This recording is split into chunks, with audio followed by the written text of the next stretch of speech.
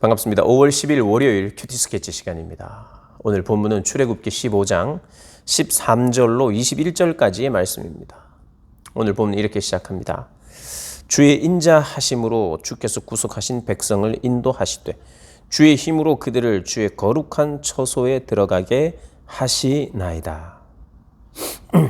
예, 오늘 본문은 이제 모세의 노래가 이어지고 그리고 모세의 노래가 끝나고 나서 미리암의 노래가 짧게 소개되는 내용입니다.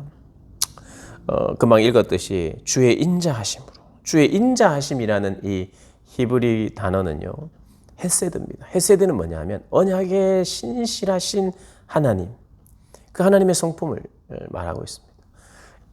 인애하신 하나님, 인애, 사랑, 은혜, 이렇게 우리가 해석할 수 있어요. 신실하신 하나님입니다. 포기하지 않는, 그분의 사랑에는 실패가 없는 그런 하나님이라는 거예요. 그 사랑으로 말미암아 그의 백성을 구원하신.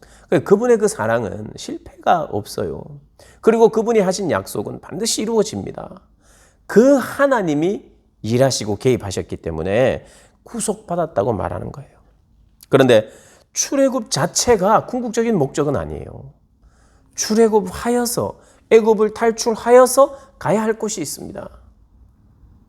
출애굽의 목적은 단지 가나안 땅은 아닙니다. 그러나 하나님은 출애굽해서 내가 허락하신 땅 가나안으로 들어가는 것이 하나님의 그림이에요. 그러니까 출애굽을 한 것이 목적이고 그게 끝이 아니라, 성취가 아니라 이제 시작입니다. 어디까지요? 가나안 땅까지. 그러나 눈에 보이는 이 육신의 가나안 땅, 가시적인 가나안 땅이 진짜 가나안이 아니라 진정한 가나안은 하나님의 임재가 있는, 그걸 말하는 것입니다. 결국에는 하나님 말씀에 순종하는 거룩히 구별된 백성으로 살아가는 게 진짜 진정한 가나안 땅에서 살아가는 가나안 성도입니다. 가나안. 하나님께서 이 헤세드로 말미암아 이 일을 이루셨는데 이제 출발입니다.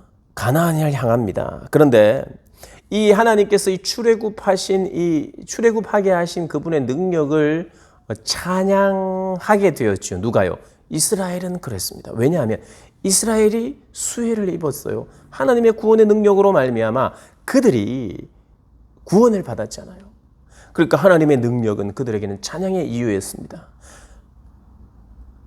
하나님께서 허락하신 10가지 재앙도 그들에게는 찬양의 이유가 되었어요. 그러나 10가지 재앙은 애굽에게는 두려움의 이유가 되었습니다. 하나님께서 홍해를 가르고 홍해를 덮으시면서 하나님께서 구원하신 그 구원은 이스라엘 백성들에게는 말할 수 없는 기쁨으로 터져나오는 환호와 기쁨의 노래였지만 이 애굽의 사람들에게는 장례식장이 되어버립니다. 무덤이 되어버립니다. 애곡하는 노래가 될 수밖에 없어요. 하나님의 그 구원하시는 능력과 심판하시는 그 홍해 사건은 그들에게는 애곡의 이유입니다. 그래서 누군가에게는 찬송의 이유가 되고 누군가에게는 두려움의 이유가 되는 일이 되어버렸어요. 하나님께 선택받은 백성 이스라엘에게는 찬양의 이유였으나 오늘 본문에 보니 블레셋 주민과 에돔 그리고 모압, 이 사람들이 실제적으로 자기가 이 애굽처럼 재앙을 당하지는 않았으나 그들의 탈출을 보고 두려워했어요. 하나님의 구원의 능력이 이스라엘과 함께 하자 애굽을 비롯한 모든 열방에게는 두려움의 이유가 되었어요. 하나님을 두려워하게 됐어요. 이스라엘 백성 역시도 하나님을 두려워하고 경외하지만 하나님을 찬양하는 그런 백성이 되었습니다. 그러니까 이스라엘 백성을요, 노래하게 했어요. 여러분, 그러면 그게 회복 아닙니까? 하나님을 노래하도록 만들어 주셨어요. 원래 노래하도록 지음 받은 이스라엘 백성이 이제 회복이 되고 있습니다. 하나님의 구원의 능력을 경험하면서 하나님을 진심으로 노래하고 내 백성은 나의 찬송이 되리라 말씀하시는 그 말씀대로 회복되기 시작합니다. 그런데 그 회복에 더 구체적인 살들이 있어요. 뭐냐 하면 하나님이 임재하는데 이미 어떤 면에서는 출애굽을 하면서 이미 하나님의 임재가 거기 있기 때문에 하나님의 인도하심을 받고 있는 이 자체가 가장 중요한 거예요, 여러분. 이 받고 있는 이것이 어떤 면에서는 완성입니다. 가나안 땅까지 가지 않아도 하나님의 임재가 있고 하나님의 임재 자체가 우리의 인도받아야 될 곳이기 때문에, 우리가 거해야 될 곳이기 때문에 목적을 이룬 거나 다름없어요. 이 세상은 어디를 사나 나그네입니다. 광야에 살아도 나그네요. 가나안 땅에 머물러도 나그네처럼 사는 것이 우리네 인생이에요. 그러면 어떤 면에서는 목적을 또 이루었어요. 그러나 그것을 더 구체적으로 하나님께서 보여주시는 것이 뭐냐면, 이들을 오늘 17절에 보니까 주의 기업의 산에 심으시리로다. 기업의 산이 어디냐 하면 호렙산을 말하는 건데, 시내산. 시내산은요, 이 시내산 혹은 호렙산이라고 불리는 이 산은 모세가 하나님을 만난 곳이에요. 하나님을 모세가 만났고요, 다시 이곳의 시내산으로 가서 이스라엘 백성들이 하나님을 만납니다. 그리고 그 하나님을 어떻게 만나느냐? 하나님이 두 돌판을 주시면서 십계명을 비롯한 하나님의 율법의 말씀을 주십니다.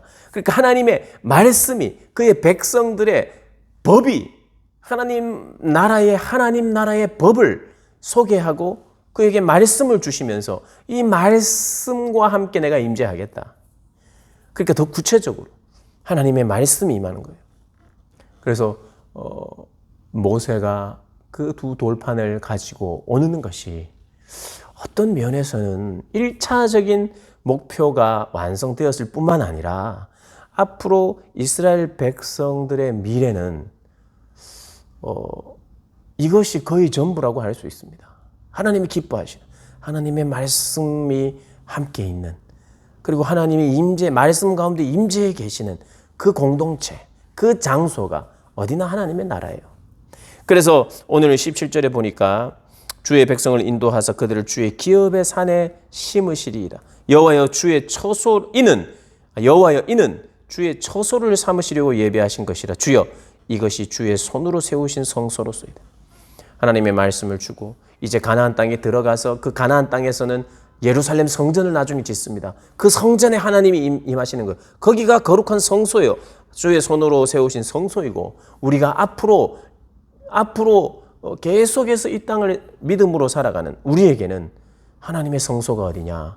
우리의 몸입니다. 우리 몸 안에 주님께서 임하시고 계시는 것. 주의 죽음과 부활로 말미암아 이 성소도 건물도 파괴하시면서 예수님이 성전이라고 말씀하셨어요. 그러니까 이 결론이 신학으로 이어지면요, 하나님의 말씀의 산에 가고 말씀을 받는다는 것, 그래서 주님과 함께하고 임재한다는 것, 그리고 주의 성소에, 주의 성전에 내가 가서 주님을 예배할 수 있는 이 모든 것이 예수님 안에서 완성이 됐어요. 예수님이 성전이고 예수님이 말씀이기에 예수님만 있으면 돼요. 예수님이 희생제물이고 예수님이 유월절의 어린 양이고 예수님이 대제사장이고 예수님이 선지자시고 예수님이 왕이시고 예수님이 말씀이시고 예수님이 성전이시고, 그러니 예수가 전부란 말이 그 말입니다. 바로 예수가 전부예요. 이게 뭐가 전부란 말인가? 예수님 한 분이.